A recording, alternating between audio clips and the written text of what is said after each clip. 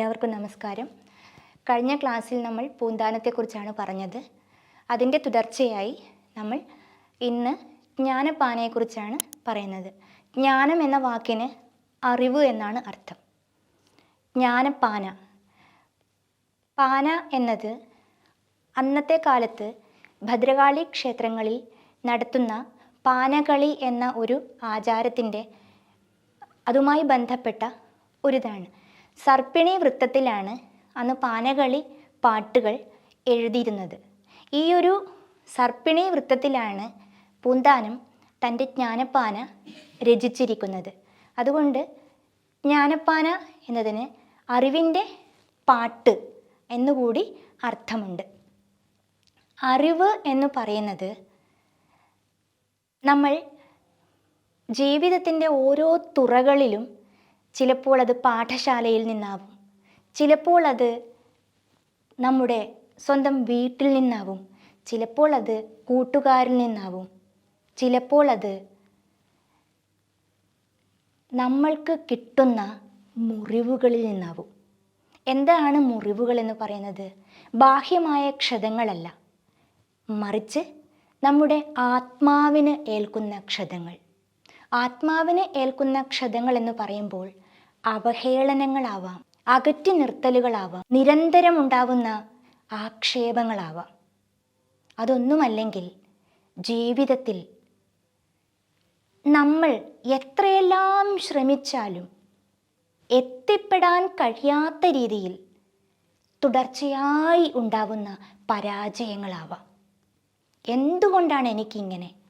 ഞാൻ എന്ത് ശ്രമിച്ചിട്ടും, ഞാൻ എത്ര തന്നെ വെയിൽ കൊണ്ടിട്ടും എന്തുകൊണ്ടാണ് എനിക്ക് മാത്രം ഇങ്ങനെ ഒരു ശബ്ദമില്ലാത്ത നിലവിളി?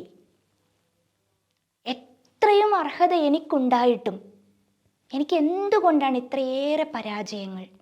എൻ്റെ പകുതി പോലും അർഹതയില്ലാത്ത പലരും വിജയത്തിൻ്റെ കൊടുമുടികൾ താണ്ടുമ്പോൾ ഞാൻ മാത്രം എന്താണ് ഇങ്ങനെ അടിക്കടി തോറ്റുപോകുന്നല്ലോ? ദൈവമേ ദൈവമേ എന്ന ആ ഒരു ശബ്ദമില്ലാത്ത ആ ഒരു കരച്ചിൽ, അതിൽ നിന്നും ഉണ്ടാകുന്ന ഒരു അറിവ്, ആ അറിവ് ഈശ്വരനോട് സംവദിക്കുന്ന ഒരു ഘട്ടത്തിലേക്ക് എത്തുമ്പോഴാണ് അറിവിൻ്റെ ഏറ്റവും പൂർണ്ണമായ ഒരു തലം ഉണ്ടാവുന്നത്. ഒരിക്കൽ ഒരു മനുഷ്യൻ എന്നോട് പറയുകയുണ്ടായി, ഞാനിപ്പോൾ എൻ്റെ പരാതികൾ, എൻ്റെ പരാജയങ്ങൾ മനുഷ്യരുമായി പങ്കുവയ്ക്കുന്നത് അവസാനിപ്പിച്ചു. അപ്പോൾ ഞാൻ ചോദിച്ചു, നിങ്ങളൊരു വിജയിച്ച മനുഷ്യനായി കാണുമല്ലേ? അയാൾ പറഞ്ഞത്, ഞാൻ വിജയിച്ച മനുഷ്യനായതുകൊണ്ടല്ല, പകരം മനുഷ്യരോട് എൻ്റെ പരാതികളോ എൻ്റെ പരാജയങ്ങളോ ഞാൻ പങ്കുവയ്ക്കുമ്പോൾ എനിക്ക് മനഃശാന്തി കിട്ടുന്നു എന്നത് എൻ്റെ തോന്നലായിരുന്നു. മറിച്ച് അവർ ഒറ്റയാളോട് ഞാൻ പറഞ്ഞ എൻ്റെ സങ്കടങ്ങൾ അവർ പലരോട് പറഞ്ഞ് ചിരിക്കുകയാണ് എന്ന് ഞാൻ അറിയുവാൻ വൈകിപ്പോയി. ഇപ്പോൾ ഞാൻ എൻ്റെ പരാജയങ്ങളോ എൻ്റെ പരാതികളോ എൻ്റെ പരിഭവങ്ങളോ മനുഷ്യരോട് പറയാറില്ല. ഞാനത് ഈശ്വരനോടാണ് പറയുന്നത്. അതും ഒരറിവാണ്. അപ്പോഴും ഞാൻ അയാളോട് ചോദിച്ചു, ഈശ്വരൻ, നമ്മളെല്ലാവരും വിശ്വസിക്കുന്ന ആ ഈശ്വരൻ ഒന്ന് മനസ്സ് വെച്ചാൽ നമ്മുടെ പരാജയങ്ങളെ വിജയമാക്കാൻ പറ്റില്ലേ? അപ്പോഴയാൾ പറഞ്ഞത്, 2 തരത്തിലുണ്ട് ഭക്തി. ഒന്ന് കാമത്തിൻ്റെ ഭക്തിയും മറ്റൊന്ന് നിഷ്കാമത്തിൻ്റെ ഭക്തിയും. എനിക്ക് അത് വേണം, എനിക്ക് ഇത് വേണം എന്ന് കുറേ ആവശ്യങ്ങളുടെ പട്ടികയുമായിട്ടല്ലേ നിങ്ങൾ ഈശ്വരനോട് സംസാരിക്കുന്നത്? ഞാനിപ്പോൾ അങ്ങനെയല്ല. അതുകൊണ്ട് തന്നെ എനിക്ക് ഈശ്വരനോട്, ഈശ്വര, നീ വിചാരിച്ചെങ്കിൽ എന്നെ ഒന്ന് ജയിപ്പിക്കാമായിരുന്നു എന്ന ഒരു പരിഭവമില്ല. അത് നിഷ്കാമത്തിൻ്റെ ഭക്തിയാണ്. ആഗ്രഹങ്ങൾ ഇല്ലായ്മയുടെ ഭക്തിയാണ്. അതും ഒരു അറിവ് ആണ്. അപ്പോൾ ജ്ഞാനപ്പാനയിൽ ഉടനീളം ഭക്തനും ഭഗവാനും തമ്മിലുള്ള ഈ ഒരു നിഷ്കാമമായ ഭക്തി, നിരുപാധികമായ ഭക്തി അതുണ്ട്. എന്നാൽ നമ്മൾ സാധാരണ മനുഷ്യരോ, നമ്മൾ ഉപാധികൾ വച്ചുള്ള ഭക്തിയല്ലേ. ഒന്ന് ആലോചിച്ച് നോക്കൂ. നമ്മൾ ഉപാധികൾ വയ്ക്കുന്നു, ഓഫറിങ്സ്. എനിക്ക് ആ ഒരു ആഗ്രഹം സാധിച്ചു തന്നാൽ ഭഗവാനെ ഞാൻ നിനക്ക് ഈ ഒരു ഓഫർ, ഈ ഒരു കാണിക്ക തരാം. നമ്മൾ കേൾക്കാറുണ്ട് ഇല്ലേ? കുറച്ച് നാൾ മുന്നേ ഒരു വലിയ വ്യവസായി ഗുരുവായൂരപ്പന് ധാർ എന്നു പേരുള്ള ഒരു കാറ് കാണിക്ക വെച്ചു. വലിയ വേറൊരാൾ 101 കിലോ സ്വർണം കാണിക്ക വെച്ചു. സാധാരണ മനുഷ്യൻ ഒരു വിളക്ക് കാണിക്ക വയ്ക്കും. അതിനും പറ്റാത്ത ഒരാൾ ഒരു പൂവ് കാണിക്ക വയ്ക്കും. അപ്പം നമ്മുടെ ആഗ്രഹങ്ങൾ നമ്മൾ ഭഗവാനോട് പറയുമ്പോൾ, പ്രാർത്ഥനകൾ, എനിക്ക് ഇന്ന് ഒരു കാര്യം സാധിച്ചു തരണേ ഭഗവാനെ, ഈ ഒരു കാര്യം സാധിച്ചു തന്നാൽ ഞാൻ ഈ ഒരു കാര്യം ഭഗവാന് തരാം. ഇതൊരു കൊള്ളക്കൊടുക്കലാണ്, ഒരു ഗിവ് ആൻഡ് ടേക്ക്. എനിക്കിത് തന്നാൽ ഞാനിത് തരാം. ഇതൊരു സ്വാഭാവിക ഭക്തിയാണ്. ഇതിലൊരു ഉപാധിയുണ്ട്. എനിക്ക് പരീക്ഷയ്ക്ക് ജയിച്ചാൽ ഞാൻ 100 തേങ്ങ ഉടക്കാം എന്ന് പറയുന്നിടത്ത് നിരുപാധിക ഭക്തിയില്ല, നിഷ്കാമ ഭക്തിയില്ല. നമ്മൾ സാധാരണ മനുഷ്യരായതുകൊണ്ട് തന്നെ ആഗ്രഹങ്ങൾക്ക്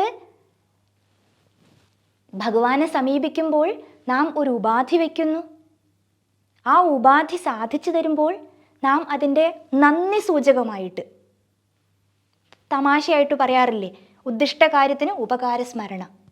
നമ്മളൊരു കാര്യം ആഗ്രഹിക്കുന്നു, ഭഗവാനോട് മാത്രം അത് പറയുന്നു, അത് സാധിക്കുമ്പോൾ നാം അതിൻ്റെ നന്ദി സൂചകമായിട്ട് ആ കാണിക്ക അർപ്പിക്കുന്നു. ഇവിടെ ജ്ഞാനപ്പാനയിൽ അങ്ങനെയേ അല്ല. അത് നിഷ്കാമ ഭക്തിയാണ്, നിരുപാധിക ഭക്തിയാണ്. അവിടെ ഉപാധികളില്ല. നീ അതെനിക്ക് തന്നാൽ ഞാൻ നിനക്ക് ഇത് തരാം എന്ന ഒരു ഉടമ്പടിയില്ല. അത്തരത്തിൽ നാം എന്നും കേൾക്കുന്നു ജ്ഞാനപ്പാന, എന്നും കേൾക്കുന്നുവെങ്കിലും ജ്ഞാനത്തിൻ്റെ, അറിവിൻ്റെ ഒരു നിറവ് നമ്മളിലേക്ക് എത്രത്തോളം കിനിഞ്ഞിറങ്ങുന്നു എന്നത് നാം ഓരോരുത്തരും ചിന്തിക്കേണ്ടിയിരിക്കുന്നു. അതിനകത്ത് പൂന്താനം ഒരുപാട് കാര്യങ്ങൾ പറയുന്നുണ്ട്. അതൊരു നാമസങ്കീർത്തനമായിട്ട് തുടങ്ങുന്നു. കൃഷ്ണ കൃഷ്ണ മുകുന്ദ ജനാർദ്ദന, കൃഷ്ണ ഗോവിന്ദ നാരായണ ഹരേ, അച്യുതാനന്ദ ഗോവിന്ദ മാധവ, സച്ചിദാനന്ദ നാരായണ ഹരേ. നാമസങ്കീർത്തനമായിട്ടാണ് തുടങ്ങുന്നത്. അടുത്ത ശ്ലോകത്തിൽ അദ്ദേഹം ഗുരുപാദ പൂജയെ പോലെ ഗുരുനാഥൻ തുണ ചെയ്ക സന്തതം, തിരുനാമങ്ങൾ നാവിന്മേലെപ്പോഴും, പിരിയാതെ ഇരിക്കണമെന്നുടെ നരജന്മം സഫലമാക്കിയിടുവാൻ. ഇത് അതിമനോഹരമായി പി ലീലയുടെ ആലാപന വിശുദ്ധിയിൽ നാം കേൾക്കുന്നുമുണ്ട്. ഈ ഒരു നാമസങ്കീർത്തനത്തിൻ്റെ തുടക്കത്തിന് ശേഷം വളരെ അർത്ഥങ്ങൾ നിറഞ്ഞ, സാരങ്ങൾ നിറഞ്ഞ ലോകോക്തികളാണ് പിന്നെ ജ്ഞാനപ്പാന നിറയെ. എത്രമാത്രം അർത്ഥവും ആഴവുമുള്ള വരികളാണ് ജ്ഞാനപ്പാനയിലെ ഓരോ വരിയിലുമെന്നത് പിന്നീട് അങ്ങോട്ട് ആ ഒരു ലഘു കാവ്യം വായിച്ച് കേൾക്കുമ്പോൾ നമുക്ക് മനസ്സിലാവും. എന്നാൽ അത് മുന്നോട്ട് വയ്ക്കുന്ന ആശയങ്ങളെ നാം എത്രത്തോളം ഉൾക്കൊള്ളുന്നുണ്ട് എന്നത് ഈ കാലത്തും, ഈ വർത്തമാനകാലത്തും ചിന്തിക്കേണ്ടിയിരിക്കുന്നു. അദ്ദേഹം അതിൽ വളരെ വേദനയോടെ ഉറക്കെ ചിന്തിക്കുന്ന ഓരോ ഭാഗങ്ങൾ ഓരോന്നിട പിരിച്ചെടുത്താൽ, കൂടിയല്ല പിറക്കുന്ന നേരത്തും, കൂടിയല്ല മരിക്കുന്ന നേരത്തും, മധ്യേ ഇങ്ങനെ കാണുന്ന നേരത്തും, മത്സരിക്കുന്നതെന്തിനു നാം വൃഥ. എത്രയ്ക്ക് സാരസത്തയാണ് ആ 4 വരികൾ. നമ്മളാരും ഒരുമിച്ച് ജനിക്കുന്നുമില്ല, നമ്മളാരും ഒരുമിച്ച് മരിക്കുന്നുമില്ല. മധ്യേ ഇങ്ങനെ കാണുന്ന ഈ ചെറിയ ഒരു ഇടവേളയിൽ നമ്മൾ എന്തിനാണ് മത്സരിക്കുന്നത്? വൃഥാ എന്നാണ് പറയുന്നത്. മത്സരിക്കാം, അതെന്തെങ്കിലും ഒരു ഉപകാരത്തിനാണെങ്കിൽ. ഒരു ഓട്ട മത്സരത്തിന് മത്സരിക്കുന്നു, ഒരാൾ ജയിക്കും. ഇത് അങ്ങനെയല്ല. മത്സരിക്കുന്നത് എന്തിനു? നാം വൃഥാ, വ്യർത്ഥമായ മത്സരം, വൃഥാവിലുള്ള മത്സരം, പാഴായി പോകുന്ന മത്സരമല്ലേ.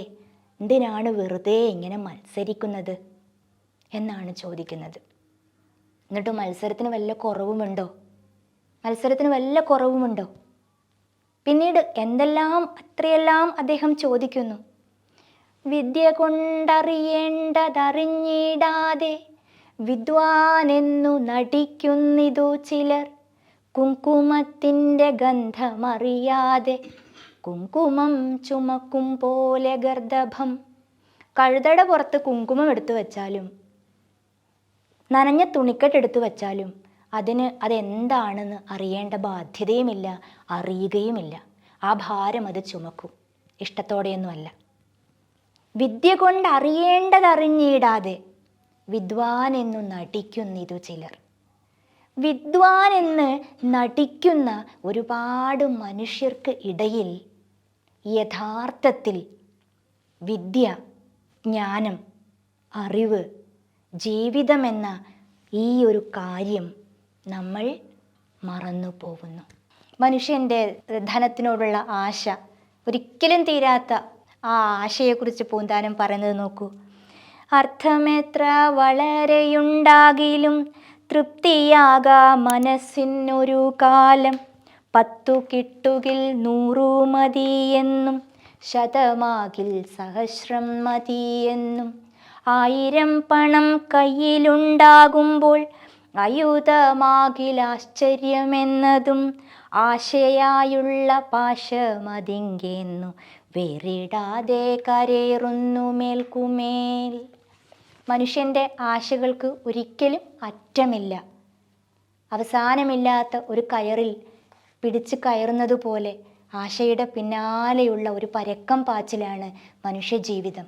എന്നിങ്ങനെ ഈ ജ്ഞാനത്തിൻ്റെ ഈ സാഗരം, ജ്ഞാനപ്പാന, പൂന്താനം മലയാള കവിതയിലേക്ക് തുറന്നിട്ട ജ്ഞാനത്തിൻ്റെ ഈ സാഗരം, അതിൻ്റെ ഒരു തുള്ളിയെങ്കിലും സ്വായത്തമാക്കുവാൻ കഴിഞ്ഞാൽ നമ്മുടെ ജന്മം സാർത്ഥകമായി എന്ന് മാത്രമാണ് പറയുവാനുള്ളത്.